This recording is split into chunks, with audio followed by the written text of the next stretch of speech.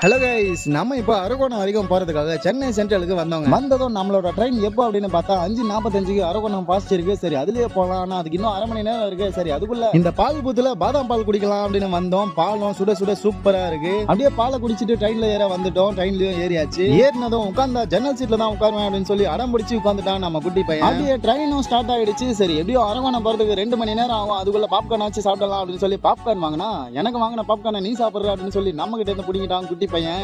ஒரு பக்கம் ட்ரெயினும் சரியான ஸ்பீட்ல போகுது, இன்னொரு பக்கம் இருட்டிடுச்சு. சரி எவ்வளவு நேரம் தான் நம்ம உட்கார்ந்திருக்கிறது, கொஞ்ச நேரம் நிக்கலாம் அப்படின்னு சொல்லி என்ட்ரன்ஸ் கிட்ட வந்து நின்னா கடம்பத்தூர் ஸ்டேஷன் வந்தது. இந்த ஸ்டேஷனை பார்த்தா லைட்டே இல்ல, ட்ரெயினோட வெளிச்சம் மட்டும் தான் இந்த ஸ்டேஷன்ல அடிக்குது. ட்ரெயின் மட்டும் இல்லனா ஃபுல்லாவே இருட்டா இருக்கும் போல. இந்த ஸ்டேஷனே இப்படிதானா இல்ல பவர் இல்லையா அப்படின்னு தெரியல. ஆனா இந்த ஸ்டேஷன் ரொம்ப ரொம்ப பயங்கரமா இருக்கு. அப்படியே டிராவல் பண்ணும்போது பக்கத்துல ஒரு ட்ரெயின் சர்ன்னு மூவ் ஆச்சு. அந்த ட்ரெயின் மூவ் ஆகிறத பார்த்து ஜன்னல் சீட்ல தான் உட்காருவேன்னு சொன்ன நம்ம பையன் பயந்து கீழே ஒளிஞ்சுக்கிட்டான். ஒன்னாவது வாழ அப்படின்னு சொல்லி அவனை எழுப்பி அப்படியே அரக்கோணம் வந்து ரீச் ஆயிட்டோங்க.